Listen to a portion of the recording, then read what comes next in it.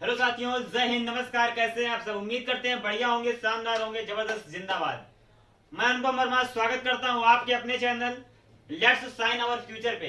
दोस्तों, जैसा कि हमने कल पढ़ाया एनसीईआरटी एग्जाम्पलर जो पढ़ा रहे हैं साइंस यानी स्पेशल पावर ग्रुप डी के लिए, तो जो ग्रुप डी में जो प्रश्न आ रहे हैं, क्वेश्चन जो आ रहे हैं साइंस से, तो डायरेक्ट यहीं से उठ के आ रहे हैं एनसीईआरटी एग्जाम्पलर से।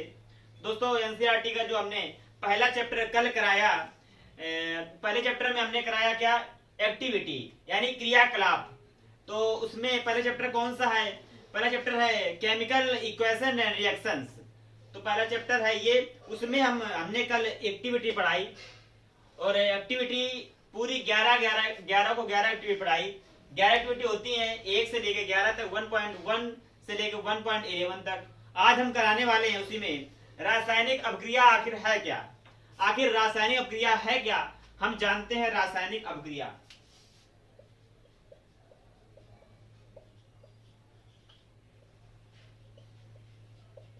रासायनिक अभिक्रिया, रासायनिक अभिक्रिया दोस्तों क्या है? जब यानी जहां पर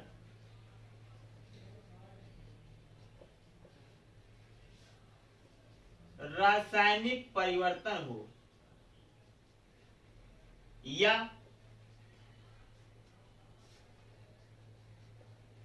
जहां पर पुराने बंध टूटते हैं और नए बंध बनते हैं। जहां पर पुराने बंध टूटते हैं और नए बंध बनते हैं, वहां पर रासायनिक अभिक्रिया होती है। या फिर जहां पर रासायनिक परिवर्तन हो, वो रासायनिक अभिक्रिया होती है। ये दोस्तों बात हो गई रासायनिक क्रिया है क्या। दोस्तों, आगे बढ़ने से पहले आपसे गुजारिश है, आपसे रिक्वेस्ट है कि अगर आप चैनल पे नए हैं तो चैनल को सब्सक्राइब जरूर कर लेना और सभी दोस्तों को पास शेयर कर देना। अब अगर आप करते हैं चैनल को सब्सक्राइब, तो उससे हमारा हौसला बढ़ता है और मुझे ताकत मिलती है। बस यही आपसे रिक्वेस्ट है कि चैनल को सब्सक्राइब जरूर कर लेना। बढ़ते हैं आगे। कैसे हम जाने कि रासायनिक क्रिया हो रही है, इसमें रासायनिक क्रिया हो रही है कैसे जानेंगे, मतलब कैसे पहचान करेंगे। तो पहचान क्या है, पहचान क्या है, कैसे हम जानेंगे कि, तो दोस्तों जब किसी रासायनिक क्रिया में क्या हो, उसकी अवस्था में परिवर्तन हो, अवस्था में परिवर्तन हो, और क्या, ताप में परिवर्तन हो, अवस्था में परिवर्तन हो, ताप में परिवर्तन हो, और क्या, रंग में परिवर्तन हो, रंग में परिवर्तन हो, और गैस का उत्सर्जन,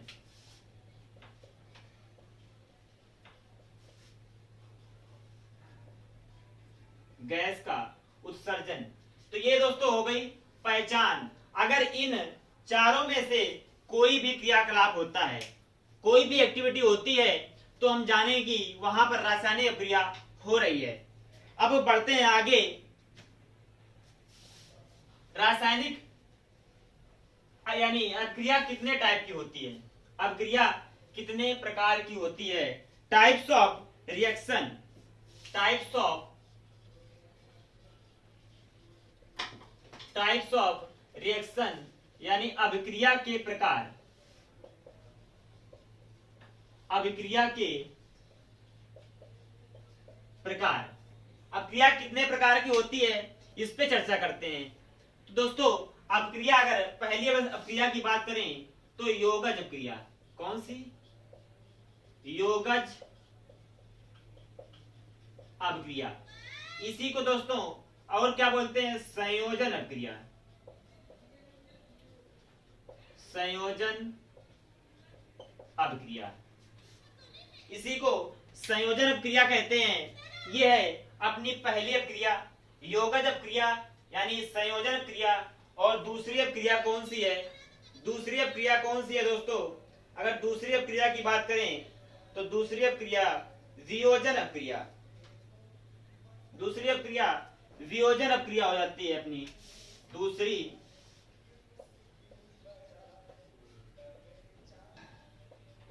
वियोजन अपक्रिया। और तीसरी है विस्थापन अपक्रिया। विस्थापन अपक्रिया। और चौथी रेडॉक्स अपक्रिया। रेडॉक्स अपक्रिया। ये 4 अपक्रियाएं हैं।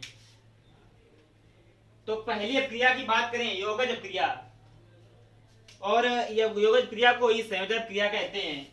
और वियोजन क्रिया, तो दोस्तों वियोजन क्रिया के 3 टाइप होते हैं। वियोजन क्रिया के 3 टाइप होते हैं। कौन कौन से? ऊष्मी, प्रकाशी और वैद्युत। ऊष्मी, प्रकाशी और वैद्युत। अब बात करते हैं विस्थापन की। तो विस्थापन के भी 2 टाइप होते हैं, एकल विस्थापन और द्विविस्थापन। एकल विस्थापन और द्विविस्थापन। अब बात करते हैं रेडॉक्स अपक्रिया की। तो इसके भी 2 टाइप्स होते हैं, अपचयन और ऑक्सीकरण। ये टाइप्स ऑफ रिएक्शन है। एक एक करके इस पे हम बात करेंगे, एक एक करके बात करेंगे। सबसे पहले बात करते हैं योगज अपक्रिया की। सबसे पहले बात करते हैं योगज अपक्रिया की। योगज अपक्रिया क्या है, कैसे जानेंगे कि योगज अपक्रिया इसमें अप्लाई हो रही है? सारे कॉन्सेप्ट पे बात करेंगे।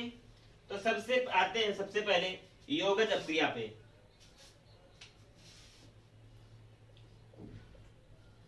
संयोजन अभिक्रिया, इसी को दोस्तों योगज अपक्रिया भी कहते हैं। संयोजन अपक्रिया, इसी को योगज अपक्रिया भी कहते हैं। इस अपक्रिया में क्या होता है? तो इस अपक्रिया में अभिकारक जुड़ जाते हैं और एक नया उत्पाद बनाते हैं। इस अपक्रिया में अभिकारक जुड़ जाते हैं। इस अभिक्रिया में अभिकारक जुड़ जाते हैं और नया उत्पाद बनाते हैं। अब ये क्या हुई? अभिकारक जुड़ जाते हैं और नया उत्पाद बनाते हैं। तो इस पे चर्चा करते हैं। जैसे हमने एग्जाम्पल ले लिया क्या कि C+O2 यानी कार्बन और ऑक्सीजन ये जब दोनों मिलेंगे तो क्या बनाएंगे? CO2। क्या बनाएंगे? CO2। तो दोस्तों जब एरो के इस तरफ जो होता है इसको क्या कहते हैं? अभिकारक। और जो हमें प्राप्त होगा जब दोनों जुड़कर एक नया जो उत्पाद बनाएंगे उसको क्या कहते हैं? यौगिक या कंपाउंड। यौगिक। तो ये 2 अभिकारक मिलकर एक यौगिक बनाए, यानी जब 2 किसी अपक्रिया में अभिकारक जुड़ जाए अगर, तो वहां पर क्या होता है? वहां पर होता है संयोजन अपक्रिया या फिर योगज अपक्रिया। और देख लेते हैं और क्या एग्जांपल है? CaO plus H2O। अब क्या बनेगा? यहाँ पर योगज क्रिया की बात हो रही है, जाहिर सी बात है कि दोनों जुड़ेंगे, जाहिर सी बात है दोनों जुड़ेंगे, और जब दोनों जुड़ेंगे तो क्या बनाएंगे, calcium hydroxide, calcium hydroxide CaOH का होल ट्वाइस, CaOH का होल ट्वाइस, इसे क्या कहते हैं, कैल्शियम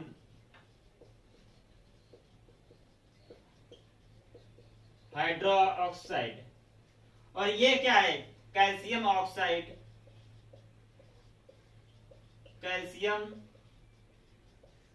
ऑक्साइड, ये जल।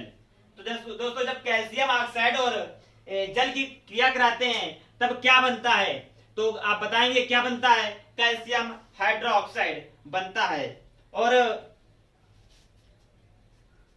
और एग्जांपल देखें, और एग्जांपल की बात करें,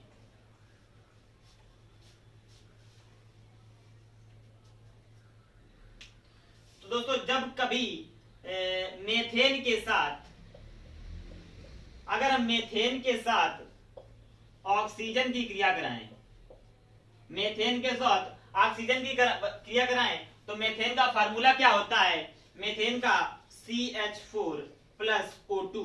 जब इन दोनों की क्रिया कराएंगे, यानी जब ये अभिक्रिया कौन सी हो रही, योगज क्रिया, हम बात कर रहे हैं योगज क्रिया पे, तो इसमें दोनों अभिकारक जब जुड़ जाएंगे, अभिकारक जुड़कर एक नया उत्पाद बनाएंगे, तो उसमें कौन सी क्रिया होती है, योगज अभिक्रिया। तो इसमें क्या है, इसमें हम बनाएंगे, एक तो बन जाएगा CO2, एक तो बन जाएगा CO2 और हाइड्रोजन गैस, हाइड्रोजन गैस, इसमें क्या निकलेगी, हाइड्रोजन गैस। ये अब इसमें दोस्तों, इसमें मतलब अभिकारक जब जुड़ते हैं, एक नया उत्पाद बनाते हैं, तो इसमें यहां पर दो अभिकारक थे, यहां पर अभिकारक थे, और इसमें कार्बन ने ऑक्सीजन के साथ क्रिया कर ली, तो एक नया उत्पाद बना, क्या, अभी CO2 यानी कार्बन डाइऑक्साइड, और हाइड्रोजन गैस मुक्त हो गई। तो ये बात हो गई संयोजन अपक्रिया की। अब बात करते हैं आगे, दूसरे नंबर पे कौन सी अपक्रिया आती है, दूसरे नंबर पे कौन सी अपक्रिया आती है, दूसरे नंबर पे आती है वियोजन अपक्रिया, वियोजन अपक्रिया।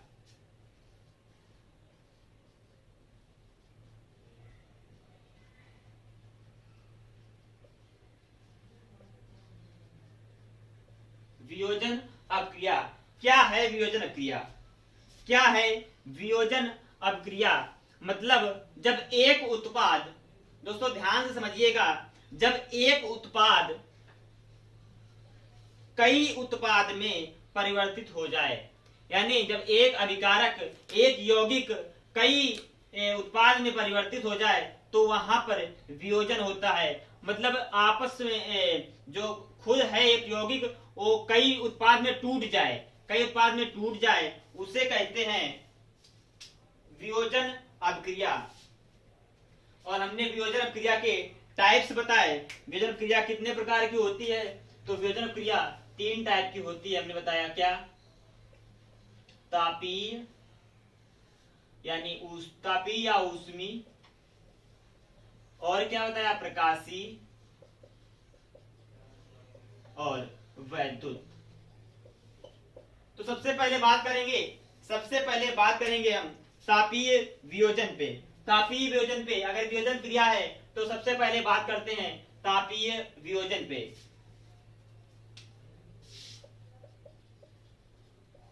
तापीय वियोजन या ऊष्मी वियोजन, तापीय वियोजन या ऊष्मी वियोजन, इसी को दोस्तों और क्या कहते हैं, इसी को और क्या कहते हैं, ऊष्मा शोषी अपक्रिया। क्या कहते हैं, ऊष्मा शोषी अपक्रिया, ऊष्मा शोषी अपक्रिया। ये हो गई ऊष्मा शोषी अपक्रिया, इसी को कहते हैं। तो हमने क्या बताया, वियोजन क्रिया में होता क्या है, जब एक अभिकारक कई उत्पाद में टूट जाए, जब एक अभिकारक कई उत्पाद में टूट जाए तो वहां पर वियोजन अपक्रिया होती है। कौन सी अपक्रिया होती है? वियोजन। तो सबसे पहले हम लेते हैं क्या इसका एग्जाम्पल, तापीय वियोजन का एग्जाम्पल क्या है? बात करते हैं कैल्शियम कार्बोनेट, कैल्शियम कार्बोनेट यानी CaCO3, CaCO3। और जब CaCO3 यानी कैल्शियम कार्बोनेट को जब हम गर्म करते हैं, जब हम गर्म करते हैं तो क्या क्या बनता है? क्या क्या बनता है?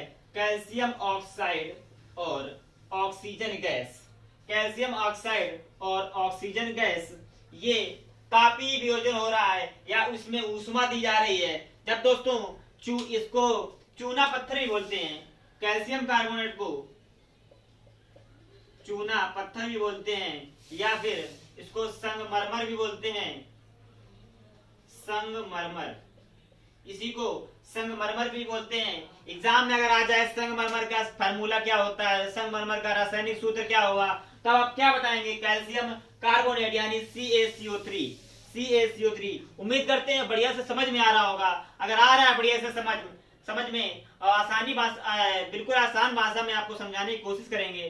तो सबसे पहले चैनल पे नए हैं तो चैनल को सब्सक्राइब जरूर कर लेना। आपसे रिक्वेस्ट है, बार बार हम आपसे रिक्वेस्ट करेंगे कि चैनल को सब्सक्राइब जरूर कर लेना और लाइक जरूर कर देना। तो बढ़ते हैं आगे। चूना पत्थर, और ये क्या है? ये है कैल्शियम ऑक्साइड, कैल्शियम ऑक्साइड, ये है कैल्शियम ऑक्साइड। अगर कैल्शियम ऑक्साइड को और क्या कहते हैं तो इसको क्विक लाइम भी कहते हैं, क्विक लाइम।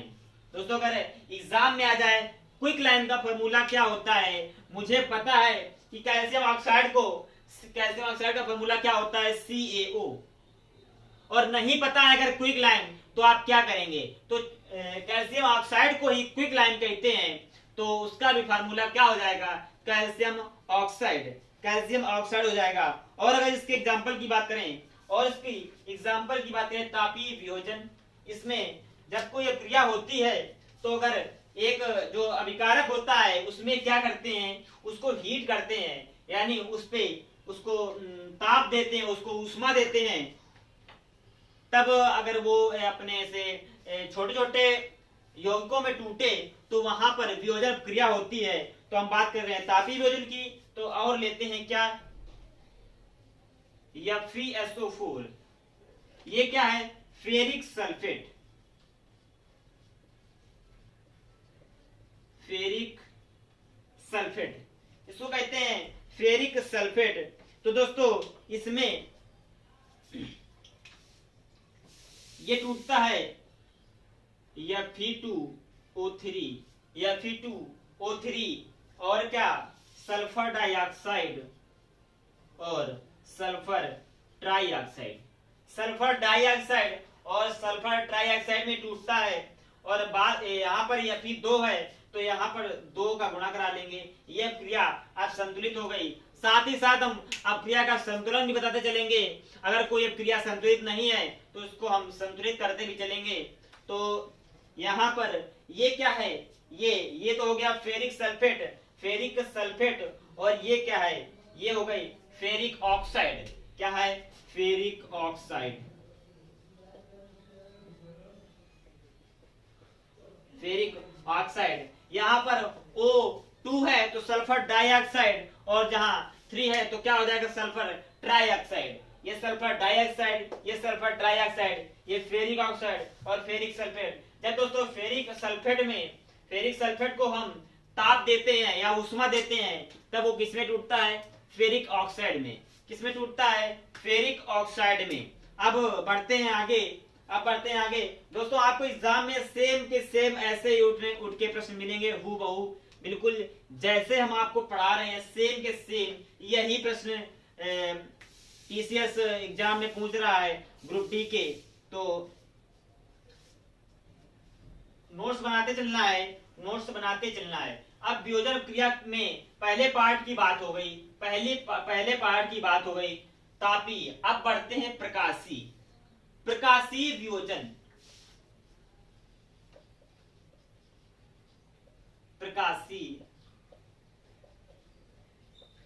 वियोजन। नाम से ही पता चलता है कि इसमें इस अपक्रिया में क्या होगा। नाम से ही पता चलता है कि इस अपक्रिया में क्या होगा। सबसे पहले तापीय वियोजन या ऊष्मीय वियोजन की अगर हमने बात करी तो आप जान जाएंगे क्या नाम है तापीय, मतलब उस अपक्रिया में हमें ताप देना है, उस अपक्रिया में हमें ऊष्मा देनी है, जो विकारक होगा उसको हमें गर्म करना है। अब बात करते हैं प्रकाशीय की। तो प्रकाशीय कैसे जानेंगे, मतलब साफ साफ लिखा है प्रकाश। इस अपक्रिया में सूर्य के प्रकाश का उपयोग होगा, सूर्य के प्रकाश का यूज होगा। तो जब हम किसी अभिकारक में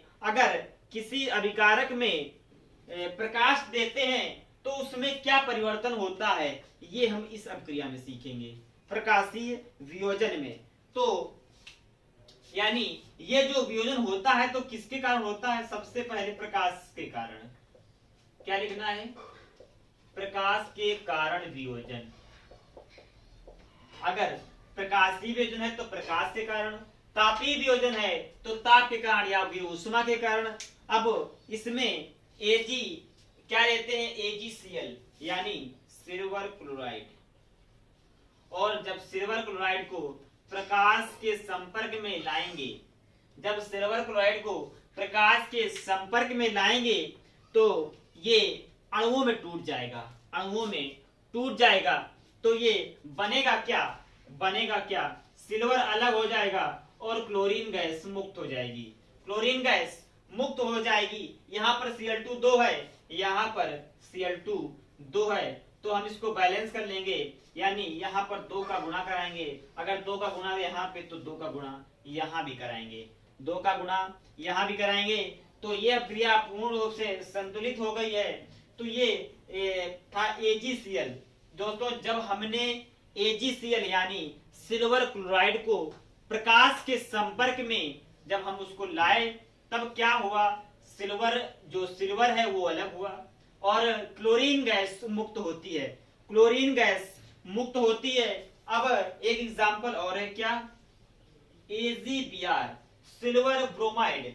Br होता है ब्रोमीन का, तो क्या पढ़ेंगे, सिल्वर ब्रोमाइड। अगर सिल्वर ब्रोमाइड को जब प्रकाश के संपर्क में लाएंगे तब क्या होगा, सेम Ag प्लस Br2 यानी ब्रोमीन जो गैस है वो मुक्त होगी। अब क्रिया को संतुलित करेंगे, 2 का गुणा यहाँ पर, 2 का गुणा यहाँ पर, ये क्रिया संतुलित हो गई। अब बात करते हैं, एग्जाम में अगर पूछ देगा कि सिल्वर क्लोराइड का या फिर सिल्वर ब्रोमाइड का यूज कहाँ पे होता है, सिल्वर क्लोराइड का या फिर सिल्वर ब्रोमाइड का यूज कहाँ पे होता है। तो अगर इसके उपयोग की बात करें तो ब्लैक एंड व्हाइट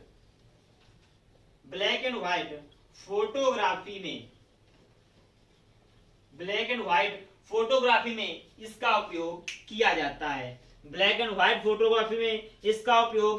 जाता है। उम्मीद करते हैं बढ़िया से समझ में आ रहा होगा। ये हो गई बात प्रकाशीय वियोजन की, ये बात हो गई प्रकाशीय वियोजन की। दोस्तों इसकी पीडीएफ अगर आप चाहते हैं तो मेरे जो हैंड रिटन नोट्स हैं, मेरे द्वारा लिखे हुए नोट्स हैं, इसकी पीडीएफ आपको मिलेगी कहां पर, टेलीग्राम चैनल पे। टेलीग्राम चैनल है, आप सर्च करेंगे क्या, लेट्स साइन अवर फ्यूचर। आप टेलीग्राम पे जाके लेट्स साइन अवर फ्यूचर करेंगे दोस्तों, वहां हमारे टेलीग्राम का लोगो आपको मिलेगा। आप उस पर विजिट करके वहां पर आपको पीडीएफ मिलेगी इसकी, ये जो हम पढ़ा रहे हैं, मेरे हैंड रिटन नोट्स वहां पे आपको पीडीएफ के रूप में मिलेंगे। तो और यही मेरा चैनल है यूट्यूब चैनल। तो इसको आपको क्या करना है, सब्सक्राइब जरूर करना है। आपका सपोर्ट चाहिए आपका, अगर आप करते हैं सब्सक्राइब तो मुझे मिलती है ताकत, मेरा बढ़ता है हौसला। अब बात करते हैं आगे वैद्युत वियोजन की। अब बात करते हैं वैद्युत वियोजन की। दोस्तों हम आपके लिए इतनी मेहनत करते हैं तो आप भी कर सकते हैं हमारे चैनल को सब्सक्राइब, और मेरा हौसला उससे बढ़ेगा। अब बढ़ते हैं वैद्युत वियोजन। वैद्युत वियोजन तो जाहिर सी बात है, अगर आया है इसमें वैद्युत, तो यानी इस अभिक्रिया में वैद्युत दिया जा रहा होगा, इस अभिक्रिया में विद्युत दिया जा रहा होगा, विद्युत सप्लाई किया जा रहा होगा। तो इसमें क्या है, वैद्युत द्वारा वियोजन, यानी वैद्युत द्वारा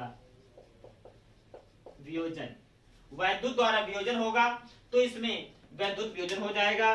तो अब बात करते हैं कैसे। तो एग्जांपल लेते हैं, अगर हम जल को बिजली के संपर्क में लाते हैं, जल को हम वैद्युत देते हैं, तो क्या है, हाइड्रोजन और ऑक्सीजन अलग अलग हो जाते हैं, हाइड्रोजन और ऑक्सीजन अलग अलग हो जाते हैं। अब यहाँ पर H2 2 है, तो H2 2 है, ऑक्सीजन 2 है, तो इसको संतुलित करने के लिए क्या करेंगे, सबसे पहले यहाँ पर ऑक्सीजन 2 है, तो यहाँ पर ऑक्सीजन को 2 का गुणा कराएंगे और यहाँ पर भी 2 का गुणा कराएंगे। अब की अभिक्रिया संतुलित हो गई है। अगर अब बात आती है वैद्युत वियोजन की, वैद्युत वियोजन में अगर उसमें वैद्युत दिया जा रहा है तो जाहिर सी बात है कैथोड और एनोड मिलेंगे, कैथोड और एनोड मिलेंगे। कैथोड पर कौन आएगा और एनोड पर कौन आएगा, कैथोड पर कौन आएगा, तो हाइड्रोजन कैथोड पर मिलेगा, कैथोड पर, और ऑक्सीजन एनोड पर मिलेगा, क्या, ऑक्सीजन, और कैथोड पर हाइड्रोजन। दोस्तों वैद्युत वियोजन, क्या जल हाइड्रोजन और ऑक्सीजन में परिवर्तित होगा? दोस्तों आपको हम एक बात बता दें, अगर हमने जल का वैद्युत वियोजन किया है, जल का हमने वैद्युत वियोजन किया है, तो अब जो भविष्य में यानी फ्यूचर में लोग यानी वैज्ञानिक जो कह रहे हैं, क्या कह रहे हैं कि वैज्ञानिक कह रहे हैं कि हम चलाएंगे पानी से गाड़ी, पानी से वाहन चलाएंगे। तो पानी से वाहन कैसे चलाएंगे, पानी से वाहन जब चलेगा तो वैद्युत वियोजन के द्वारा ही चलेगा। पानी से जब वाहन कोई चलेगा तो वैद्युत वियोजन द्वारा ही चलेगा। जब पानी को बिजली के संपर्क में लाया जाएगा, यानी वैद्युत के संपर्क में जब वो आएगा तो एनोड पर हाइड्रोजन टूटेगा और ऑक्सीजन, एनोड पर ऑक्सीजन टूटेगा और कैथोड पर हाइड्रोजन। तो हाइड्रोजन को जो गैस निकलेगी उसी से चलेगी गाड़ी, तो ये प्रक्रिया फ्यूचर में लागू होने वाली है। फ्यूचर में पानी से चलेगी गाड़ी, पानी से चलेगा वाहन। दोस्तों उम्मीद करते हैं कि वियोजन क्रिया जो थी, वियोजन क्रिया उसके 3 टाइप्स थे, तापीय, ऊष्मीय, प्रकाशीय और वैद्युत। तो उम्मीद बढ़िया से समझ में आया होगा। बिल्कुल इजी लैंग्वेज में, आसान भाषा में आपको समझाने का प्रयास किया है और आपके लिए इतनी मेहनत कर रहे हैं हम। और एग्जाम में हूबहू प्रश्न मिलने वाले हैं, सेम ऐसे ही प्रश्न मिलने वाले हैं। अब आती है विस्थापन अपक्रिया। विस्थापन अपक्रिया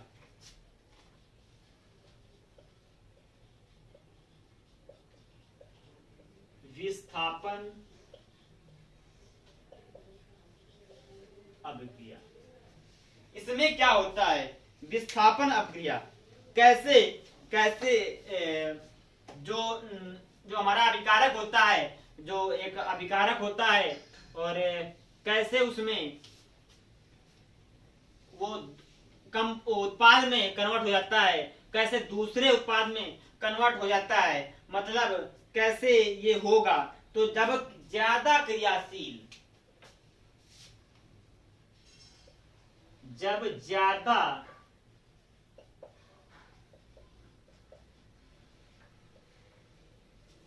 ज्यादा क्रियाशील कम क्रियाशील को विस्थापित कर दे, जब ज्यादा क्रियाशील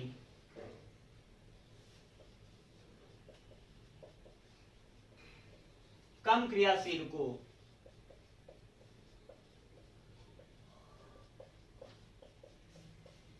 विस्थापित कर दे तो वहां पर विस्थापन अपक्रिया होती है। मतलब जो तत्व ज्यादा क्रियाशील होगा वो कम क्रियाशील वाले तत्व को विस्थापित कर देगा, जिसके साथ जुड़ा होगा उससे अलग कर देगा उसको, और खुद उसके साथ जुड़ जाएगा, खुद उसके साथ जुड़ जाएगा। ये है विस्थापन अपक्रिया। तो बात करते हैं इसके एग्जाम्पल की, बात करते हैं इसके रिएक्शन की। तो CuSO4 कॉपर सल्फेट लेते हैं हम और इसकी क्रिया कराते हैं आयरन से, यानी Fe से इसकी क्रिया कराते हैं Fe से। तो क्या बनता है? फेरिक सल्फेट, फेरिक सल्फेट और कॉपर अलग हो जाता है, कॉपर अलग हो जाता है। तो हमने क्या देखा कि कॉपर सल्फेट के साथ ऑलरेडी जुड़ा था, कॉपर पहले से सल्फेट के साथ जुड़ा था, लेकिन जब उसमें आयरन की क्रिया कराई तो आयरन जो है वो क्या है? ज्यादा क्रियाशील। आयरन क्या है? ज्यादा क्रियाशील। तो इसने सल्फर के साथ क्रिया करके फेरिक सल्फेट बना दिया और कॉपर को अलग कर दिया, कॉपर को अलग कर दिया। तो यहां पर हो गई कौन सी? विस्थापन अपक्रिया। विस्थापन अपक्रिया आप समझ गए होंगे। विस्थापन अपक्रिया मतलब एक कम क्रियाशील एक ज्यादा क्रियाशील तत्व होता है, तो ज्यादा क्रियाशील वाला जो तत्व होता है वो कम क्रियाशील वाले तत्व को अलग कर देता है और उसका स्थान खुद ले लेता है। तो वहां पर विस्थापन अपक्रिया होती है, उसको विस्थापित कर देता है, उसको डिस्प्लेसमेंट कर देता है। तो ये है विस्थापन अपक्रिया। अब जो कॉपर सल्फेट होता है ये नीले कलर का होता है, नीले रंग का कॉपर सल्फेट होता है इसमें। अब हाँ, यहाँ पर हमने बताया था कि विस्थापन अपक्रिया दो टाइप की होती है, दो टाइप की विस्थापन अपक्रिया होती है, एकल विस्थापन और द्विविस्थापन। एकल विस्थापन, द्विविस्थापन मतलब जब दो तत्व हों और एक तत्व ज्यादा क्रियाशील, एक तत्व कम क्रियाशील। तो जो ज्यादा क्रियाशील तत्व कम क्रियाशील वाले तत्व की जगह ले लेता है, मतलब उसको विस्थापित कर देता है।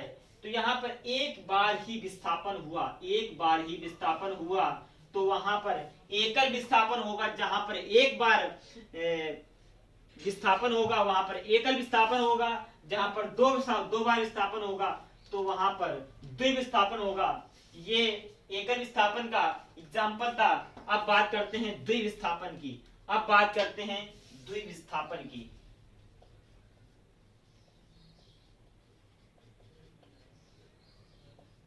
बात करते हैं द्विविस्थापन की।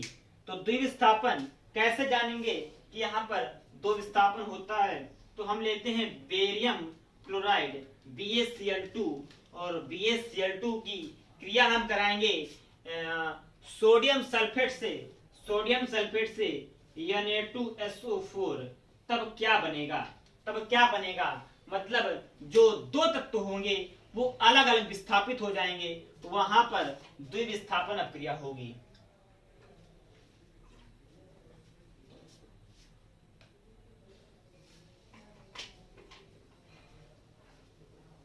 बेरियम क्लोराइड जब सोडियम सल्फेट के साथ क्रिया करेगा तो क्या बनेगा?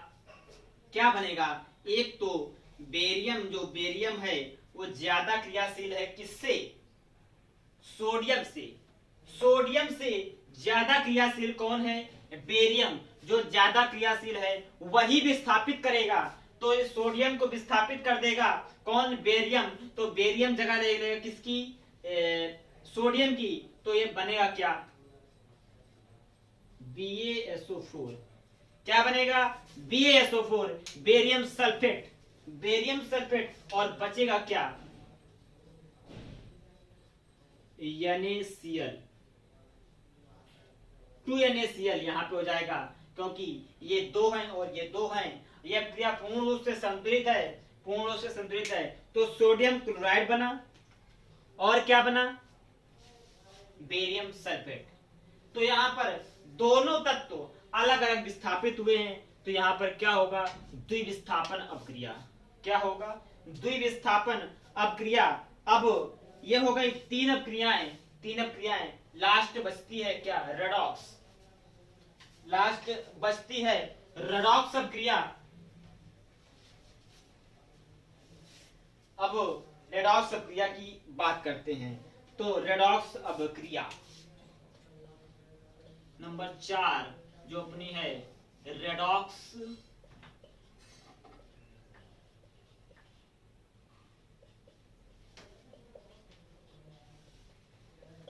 अपक्रिया।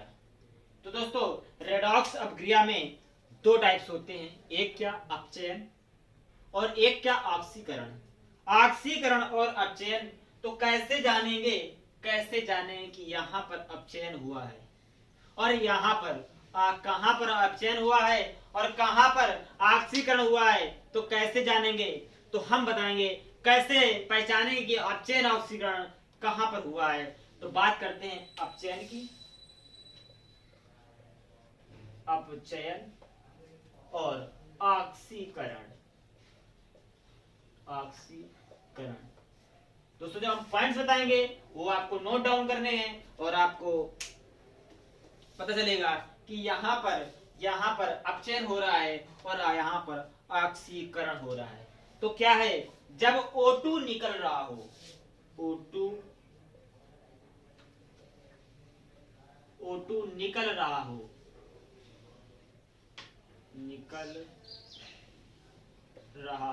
मतलब ऑक्सीजन गैस निकल रही हो, वहां पे क्या होगा, अपचयन। और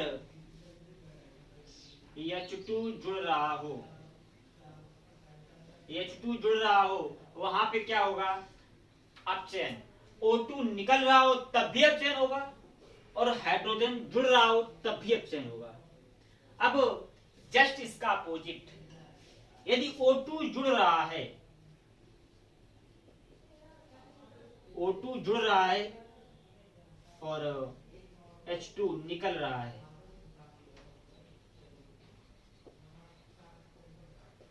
तो क्या होगा, ऑक्सीकरण।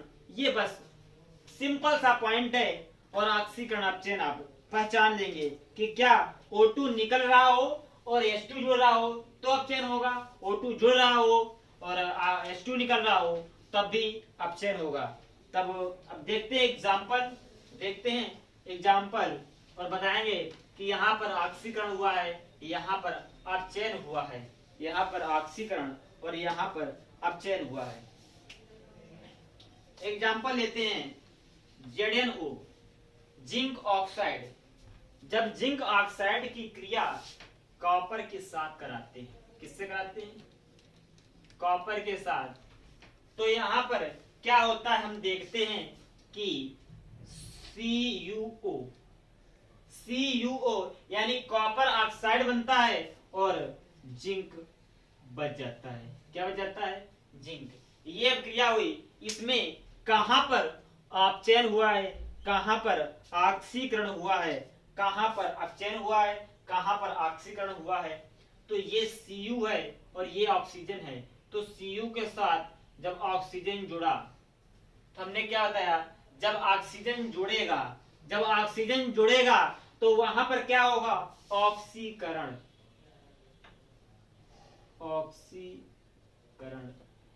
जहां से ऑक्सीजन हटेगा वहां पर क्या होगा, अपचयन।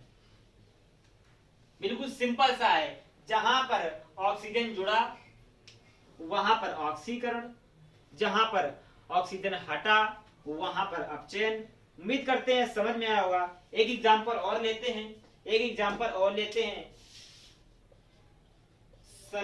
हाइड्रोजन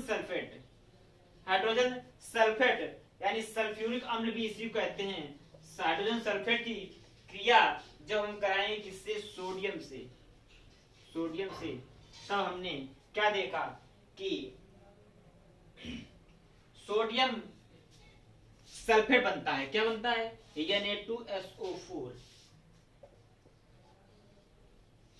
Na2SO4 और क्या बच जाता है, हाइड्रोजन गैस। H2 Na2 यहाँ पर Na2 है तो यहाँ पर 2 का गुणा करा लेते हैं। अब क्रिया संतुलित है, अब क्रिया संतुलित है। अब कैसे जानेंगे कि क्या हुआ है ऑक्सीकरण और कहाँ पे अपक्षयन हुआ है। तो यहाँ पर हाइड्रोजन था, यहाँ पर हाइड्रोजन था और यहाँ पर हाइड्रोजन नहीं है, तो इसमें क्या हुआ है, इसमें क्या हुआ है। हमने क्या बताया, जब H2 निकल रहा हो तो वहां पर ऑक्सीकरण होता है, वहां पर ऑक्सीकरण होता है। तो हाइड्रोजन सल्फेट और सोडियम सल्फेट के बीच क्या हुआ है, ऑक्सीकरण, ऑक्सीकरण हुआ है। अब एक एग्जांपल और लेते हैं, आपको कंफर्म हो जाएगा कहां पर ऑक्सीकरण और कहां पर अपचयन हो रहा है। एक एग्जांपल और लेते हैं।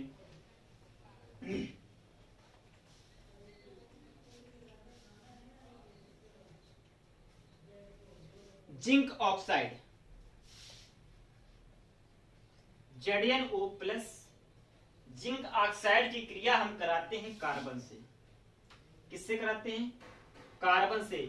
तो बनता क्या है, उत्पाद क्या बनता है, उत्पाद बनता है Zn से ऑक्सीजन अलग होता है, Zn से ऑक्सीजन अलग होता है तो Zn प्लस CO। दोस्तों जब CO2 हो तो कार्बन डाइऑक्साइड होता है वहां पे, जब O हो तो वहां पर क्या होता है, कार्बन मोनोऑक्साइड बोलते हैं उसको। क्या बोलते हैं, कार्बन मोनोऑक्साइड। जब एक ऑक्सीजन होता है तो मोनो कहता है, तो कार्बन मोनोऑक्साइड, ये जिंक हुआ। अब कहां पर ऑक्सीकरण हुआ है और कहां पर अपचयन हुआ है, कहां पर ऑक्सीकरण और कहां पर अपचयन हुआ है। तो यहां से O से Zn में यहां से O हुआ है अलग, यहां से O हुआ है अलग, और जब ऑक्सीजन निकलता है तब क्या होता है, अपचयन। क्या होता है, अपचयन। और जब ऑक्सीजन जुड़ता है तब ऑक्सीकरण,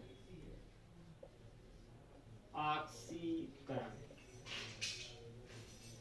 ये बात हो गई रेडॉक्स अपक्रिया की, ये बात हो गई रेडॉक्स अपक्रिया की। तो दोस्तों आज का जो सेशन है यहीं पे समाप्त करते हैं, आज का जो सेशन है यहीं पे समाप्त करते हैं। उम्मीद करते हैं एकदम बिंदास तरीके से समझ में आया होगा। जो पहला चैप्टर था हमारा केमिकल रिएक्शन एंड इक्वेशन, रासायनिक समीकरण और अपक्रिया, तो ये आज समाप्त हुआ। कल एक नया चैप्टर स्टार्ट करेंगे, कल एक नया चैप्टर स्टार्ट करेंगे। नया चैप्टर क्या होगा, अम्ल, क्षार, लवण, एसिड, बेस एंड साल्ट। तो उस पे जो कुछ भी होगा हम आपको सरल भाषा में समझाने की कोशिश करेंगे। तो उम्मीद करते हैं आज का जो सेशन रहा होगा आपको बहुत ही जबरदस्त तरीके से समझ में आया होगा। दोस्तों जो ये क्रियाएं मोस्ट इंपॉर्टेंट है, हूबहू यहाँ से सेम के सेम प्रश्न उठ के आ रहे हैं। तो दोस्तों आपसे एक रिक्वेस्ट है, आपसे हम्बल रिक्वेस्ट है कि आप चैनल पे नए हैं तो चैनल को सब्सक्राइब जरूर करना और शेयर जरूर करना। कम से कम दोस्तों अगर एक लोग देख रहे हैं तो कम से कम 2, 3, 4 लोगों को आप शेयर जरूर करें और उनसे बोले कि आप हमारे परिवार से जुड़े, अपने परिवार से जुड़े। लेट्स साइन आवर फ्यूचर पे दोस्तों मिलते हैं नेक्स्ट क्लास पे, तब तक के लिए जय हिंद।